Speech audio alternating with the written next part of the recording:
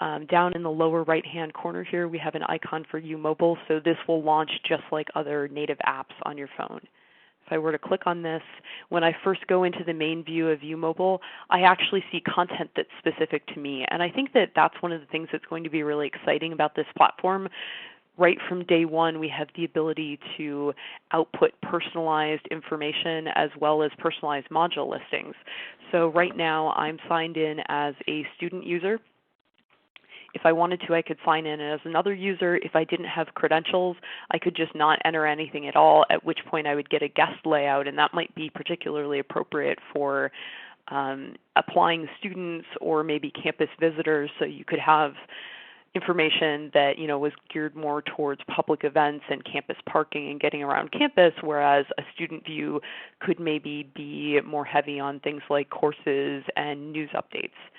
So in this view, we actually have a number of components that are actually just uPortal portlets, as well as some components that are native. And I think one of the nice things about this framework is, from a user perspective, it's not obvious which thing is coming from which source. So it feels very seamlessly integrated. I'm going to start off demoing one of the native modules, which is the Maps module. So if I click on this one, I'm taken to a view of Yale University in the map. They were kind enough to donate some test data for us. So I'm going to go ahead and search for the library, at which point I get several different points. I could click on this one, that's MUD. This is one of the rare books libraries. I can zoom in here and maybe click on Sterling Memorial, which is kind of the main library on campus.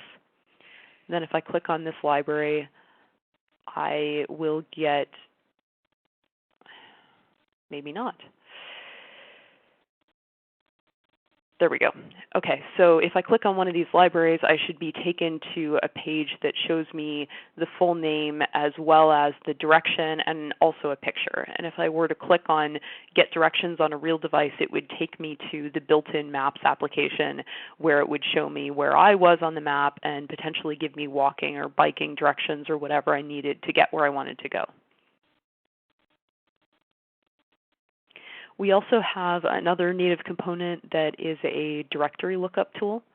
So if I go into this, I'm initially given a screen that shows emergency contacts. So if I needed to contact the police or call an ambulance, I could click on one of these and get the phone.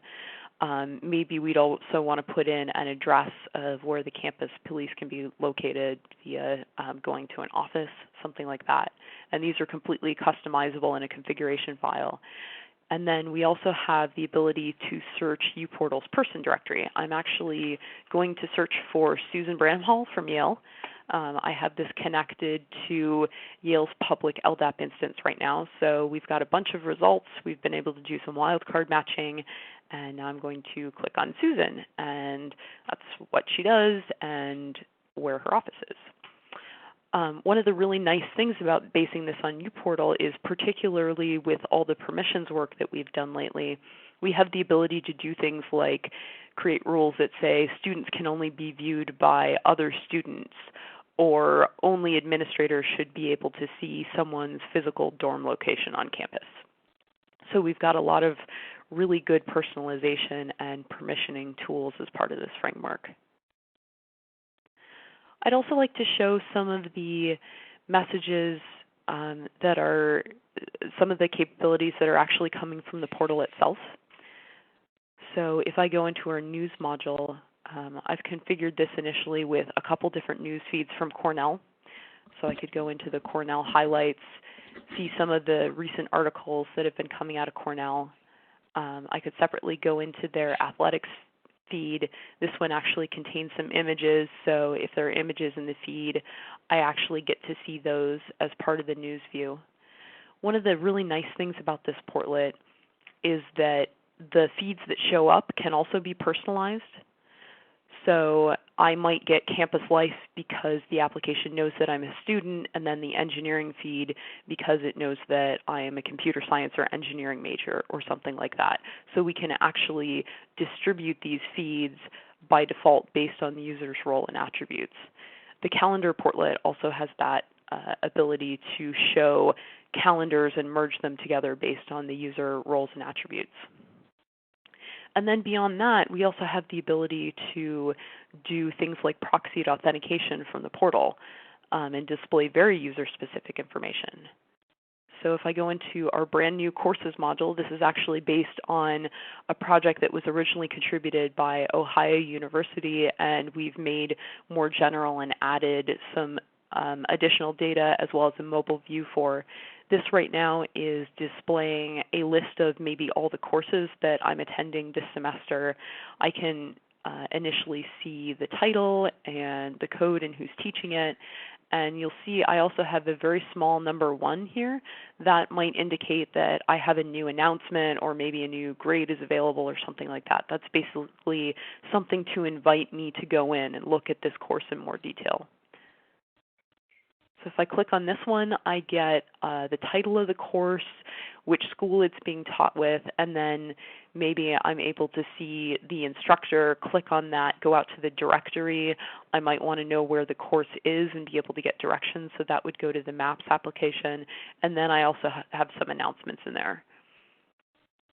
If I go back to our home screen, you'll notice that that number 1 indicating that there was something new in the course is actually carried all the way out to that home screen. And if I had new items in 3 different courses, that might be a 3 or a 5 or whatever was appropriate. We also have a couple other tools we've been working on.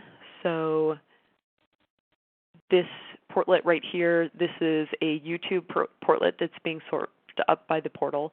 So if I scroll through here, this is actually connected to Ohio University's YouTube account. We also have some search functionality that's part of the uPortal 4 release. Right here, I have this one connected to Ohio's Google Search Appliance. So maybe I want to search for library or something like that. That actually searches their website, and I can go in and click on any of these links to find something that maybe isn't included in the portal. And similarly, we can also do some rudimentary search for portal modules as well. Maybe there's something that's not in my layout that I wanted to find.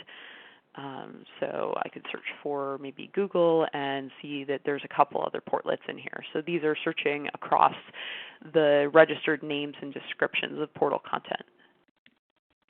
And then there's also a directory module.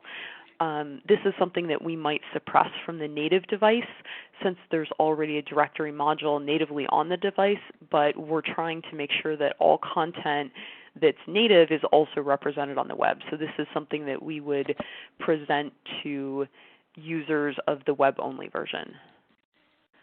I also wanted to point out that it's very easy to include new content in this platform. I've actually gone ahead and configured Cornell's existing mobile library site to be part of the uMobile application. This was, I think, 3 lines in a configuration file just to add this in as a new module. So if I click on library, this is actually just pulling in their library's mobile site. If we give that a minute to load, I can now search the Cornell library. Maybe I want to search for computer science.